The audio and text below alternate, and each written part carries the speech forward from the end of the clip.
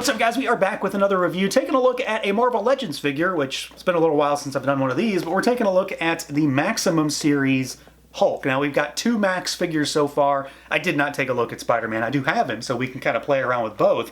But I'm really curious about this figure in particular, specifically because he is so similar to some of those other Hulks that we've gotten, like the 80th anniversary Hulk, but there's definitely a lot of new stuff here. I do really like the packaging for the Maximum Series stuff. It's different enough that it's kind of interesting. So you've got him there in the big window. The packaging is colored, themed to the Hulk, so there's a lot of green all over it, a lot of comic panel style artwork.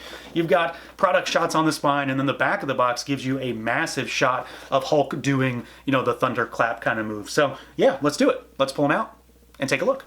And here we go, out of the package, our Maximum Hulk. So again, this is our second Maximum figure. We had that Spider-Man, which was, very much a new iteration of Spider-Man. Hulk is not the same, though. This is built on the framework of an already existing figure that's had multiple variants at this point, that 80th anniversary Hulk, which is and was a really good Hulk figure. So I'm hoping that this is just building upon that. It does, of course, kind of bring into question what truly makes this Maximum versus just being any other Hulk. So your mileage may vary on what you actually want to get out of this figure. I do think that it's a pretty solid Hulk, but maybe not as Maximum in any way as Spider-Man. So we've got a head that can look up like a little bit, not much. He can look down pretty good though. You've got tilt side to side, you've got rotation, arms out at the shoulders. They, of course, swivel, bicep swivel, single jointed elbows. This is one of those areas that's like, it's a Maximum Hulk. I would have loved to have gotten big double jointed elbows for a Hulk because he can't do more than 90 degrees really. You do have swivel at the elbow as a result. You've got swivel and hinge at the wrist. Of course, the torso is the area that is, the big thing with this guy. So it's a soft rubbery piece. There is a torso on the inside. It's kind of like a blank slate by the look of it. So this is a swivel point. It's a hinge back and forth, tilt side to side.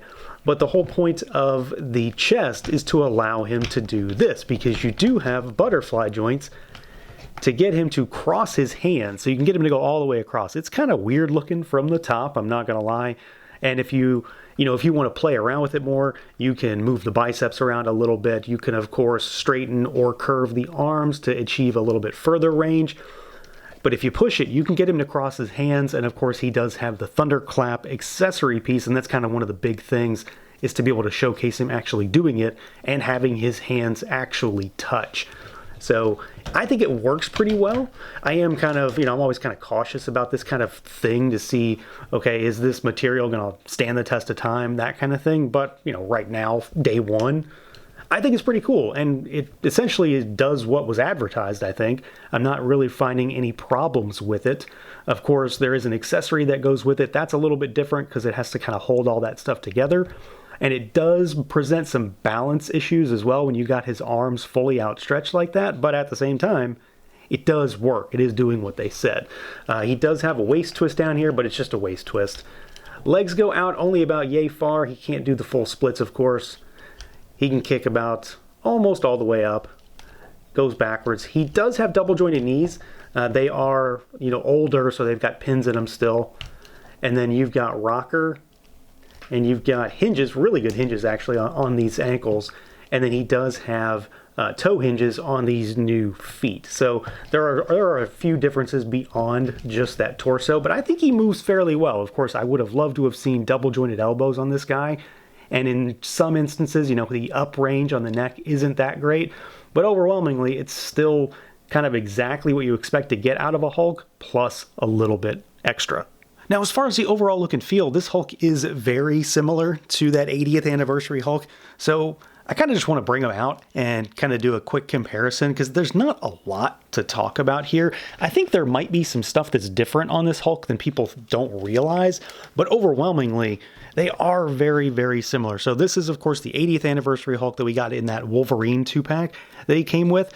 So they're very similar. Like a lot of these parts are reused, but not all of them, and not all of the ones that you might think. Obviously, we've got a brand new head sculpt and a series of head sculpt based on specific instances and artists for Hulk, which I think is pretty great. This is a very specific look for Hulk. It is, of course, different, and we don't get a classic style Hulk like this. But for folks like me who have the original, this is a really nice upgrade, and I think it's a nice difference, just a different type of Hulk.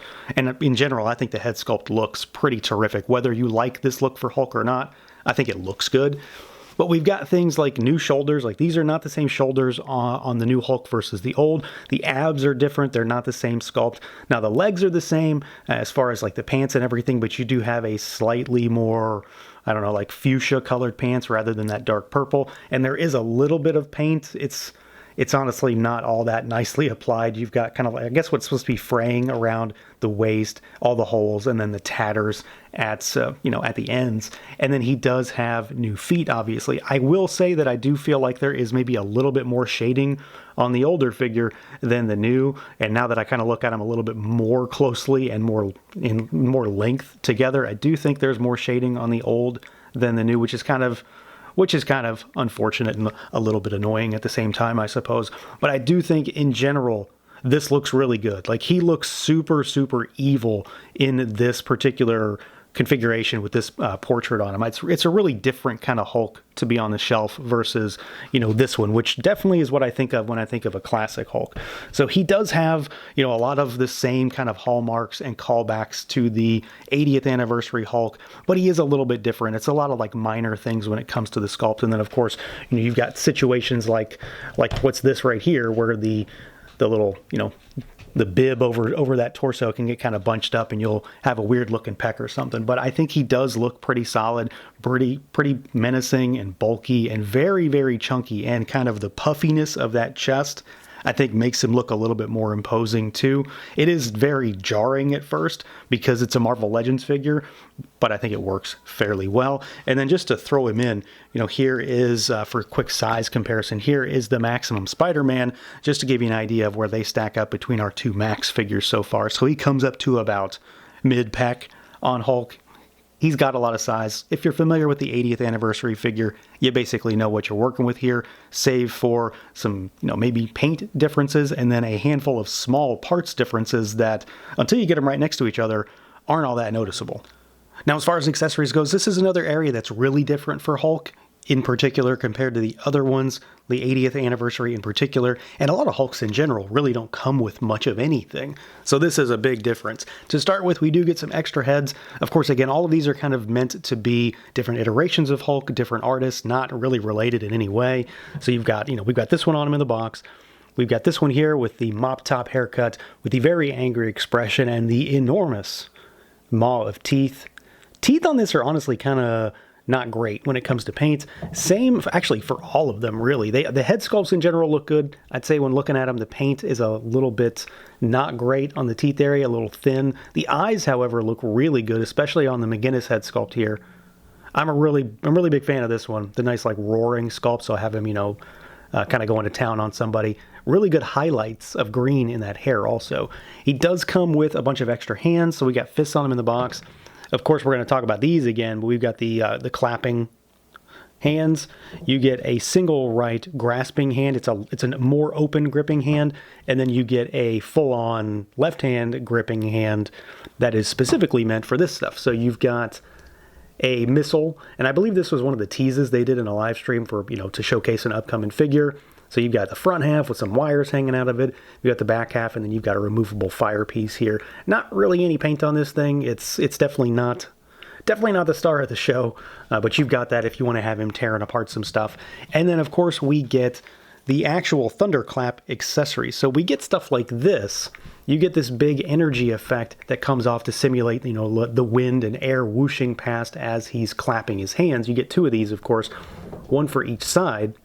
And then you also get the actual clap, the effect, the seismic blast, whatever you want to call it, to showcase once his arms are fully outstretched and clapping together. And it does work pretty well. I will say the one area that's maybe a little bit of an annoyance for me right now is actually getting the burst effect to sit between his hands correctly, because of course it has to be held there by tension. So you've got to have him posed up with those arms really locked in, but it's not that difficult. And once you get the hang of it after playing around, I think it works fairly well. It does sell the idea quite nicely. These are some big honking effects. There is a lot of plastic here, and they look good. They've got a nice yellow burst pattern on them. So of course, you know, it kind of looks like a little mini explosion in there also. But of course, that's a big reason for the whole chest gimmick in general. This would not work at all if he wasn't able to do what he's able to do because of that soft set of pecs up there. So yeah, overall, I'm pretty happy with Maximum Hulk. He is definitely not all new, and again, he's not as maximum as Spider-Man was, I don't think anyway. But there's a lot of improvements here for sure. There's a lot of changes and enough to make this figure unique and different from all the other Hulks we've got built on that 80th anniversary body. If you don't have that figure or one of those figures, this is the one to get. I don't know why you would go backwards at this point unless you wanted that super classic style head.